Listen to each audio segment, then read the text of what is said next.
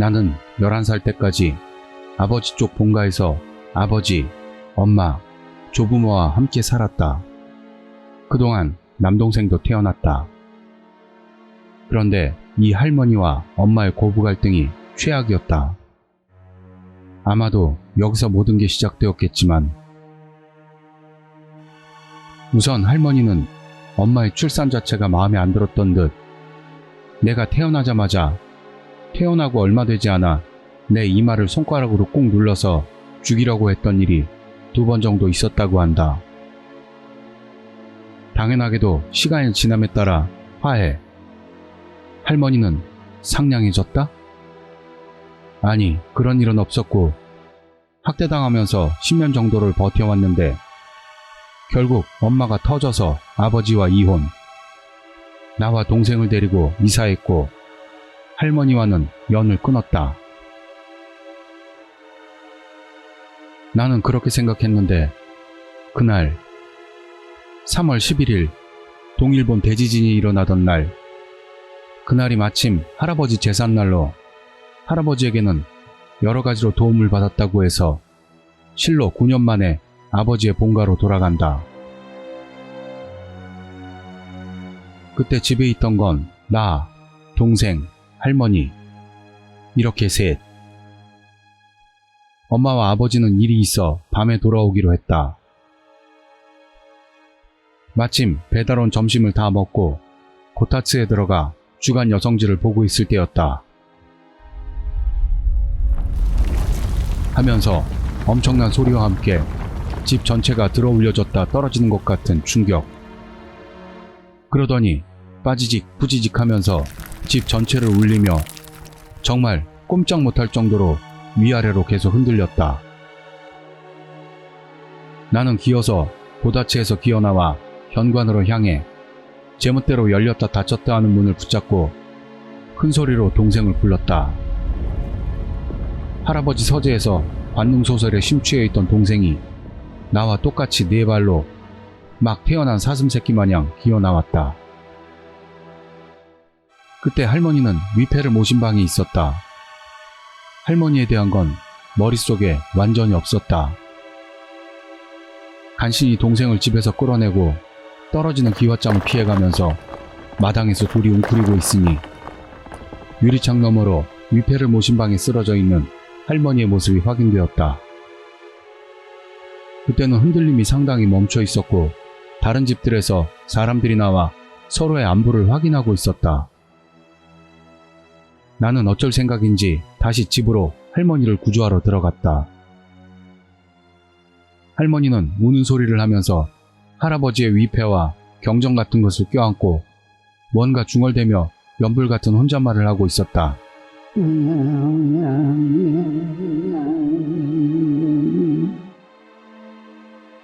나는 굳어있는 할머니의 팔을 붙잡고 할머니! 위험하니까 집 밖으로 나가요! 라고 했다. 여기서 할머니는 말도 안 되게 싫다. 라고 발언. 집안은 엉망진창, 기와도 유리 조각도 널려있고 밖에서는 사이렌이 울려 퍼지는 중. 집에 있을란다. 나는 도망가지 않아. 나는 패닉. 집은 고지대에 있었지만 바다에 가까워 쓰나미는 아무래도 여기까지는 못 오겠지만 다음에 또 지진이 온다면 집은 무너질 듯 여기저기서 삐걱대는 소리가 나고 있었다. 할머니의 양어깨를 잡아 일으켜서 비교적 유리파편이 없는 퇴마루를 지나 할머니를 데리고 탈출했다. 할머니는 발광하고 있었다. 밖에서는 사이렌이 점점 더 울려 퍼지고 해발이 낮은 쪽 집 주민들이 소리를 지르면서 올라오고 있었으며 비좁은 도로를 경트럭들이 여기저기 점령하고 있어 엄청난 소동이었다. 할머니는 마당에 나와서도 아직 뭔가 소리치고 있었고 집은 누가 지키냐는 둥, 통장은 어디 있냐는 둥. 나머지는 사투리가 강해서 잘 들리지 않았지만 일단은 크게 정신이 나가 있었다. 동생만은 냉정히 휴대폰을 열어보고 전파가 전혀 통하지 않는 것, 아마 쓰나미가 올 것이라는 것, 차로 피하다간 죽을지도 모른다는 것. 엄마와 아버지는 내륙 지방에 있으니까 적어도 무사할 것이란 것을 내게 담담히 설명했다. 이 시점이 아마 오후 3시쯤. 집 옆 도로를 보니 차가 말도 안 될 정도로 막혀 있었고 차 틈을 두비듯 아래에서 사람들이 피난해 올라오고 있었다. 여기서 할머니가 다시 소리를 질렀다. 영정 사진 갖고 나와. 그리고는 통장하고 장롱 안에 돈도. 라며 마구 짓거리듯 소리 지르면서 나를 가리켰다. 그럴 시간 없어요. 산으로 올라가야 돼. 뒤로 돌아가자. 할머니는 내가 얻고 갈 테니까 형은 길을 확보해. 나는 안 간다고. 할아버지 놔두고 갈 거냐? 지갑도 잃어버렸어. 할머니는 막무가내였다. 거기서 나도 조금 방심했다. 우리 집은 고지대니까 쓰나미 같은 건 여기까지는 오지 못할 것이다. 할머니를 입 다물게 하려면 영정사진을 가져오면 될 것이다. 라고. 나는 동생에게 먼저 가. 할머니는 내가 데려갈게. 라고 말하고 다시 집으로.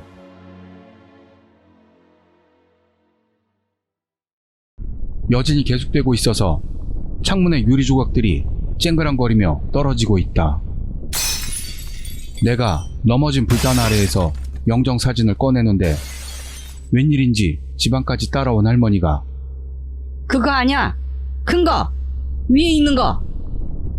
라며 대들보에 걸려있는 초상화 크기의 할아버지 사진을 턱으로 가리켰다.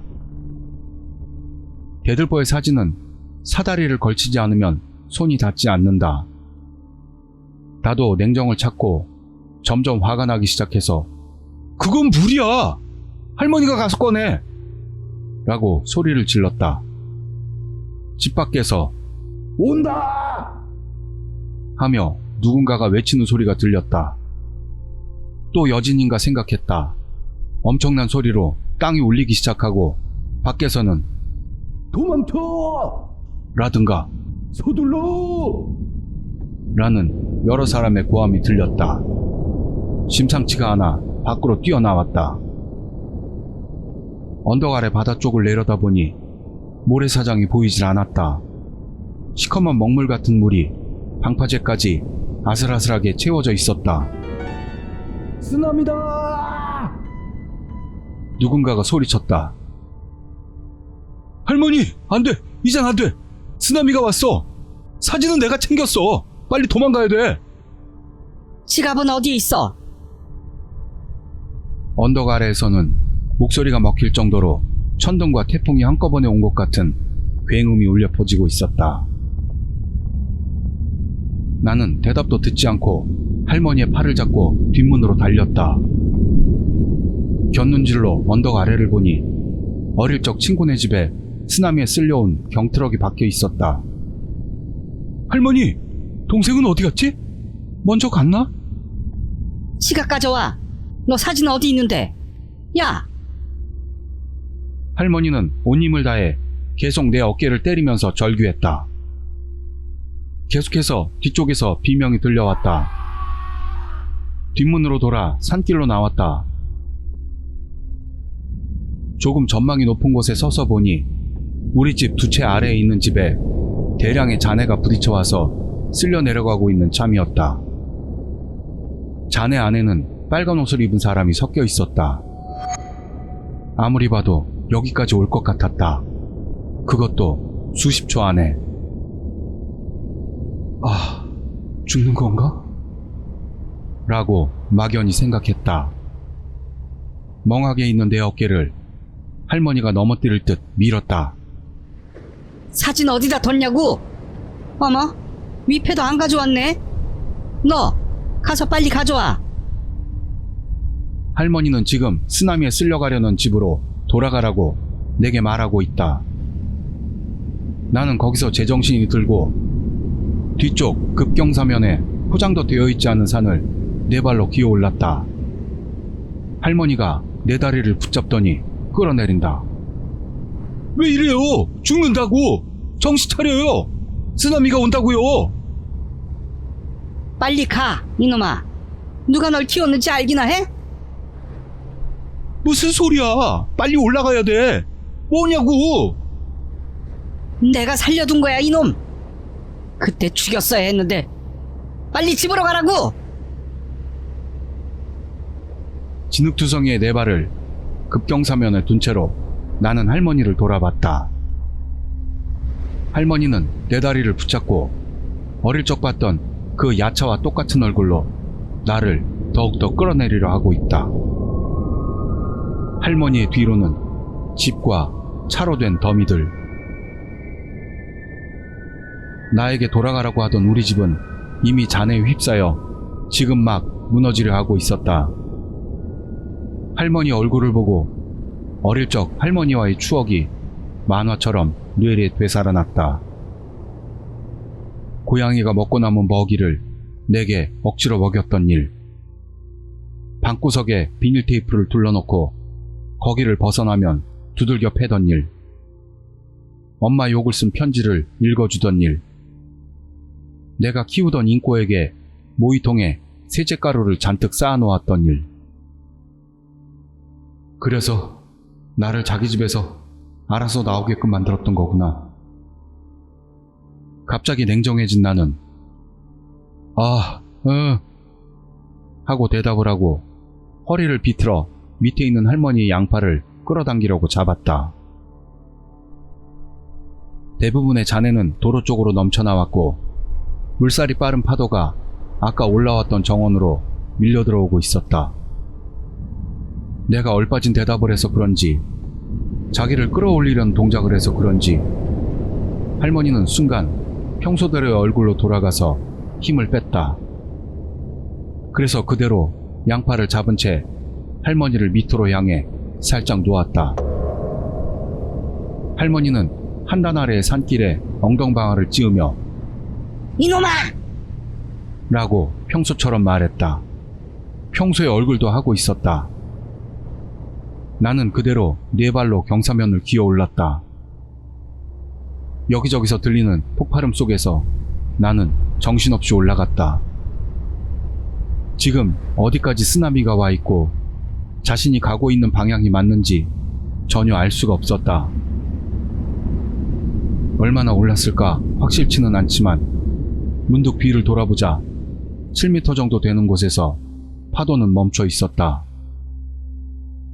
파도가 지나가는 것을 보고 할머니의 모습을 잔해 속에서 찾아봤지만 더 이상은 없었다.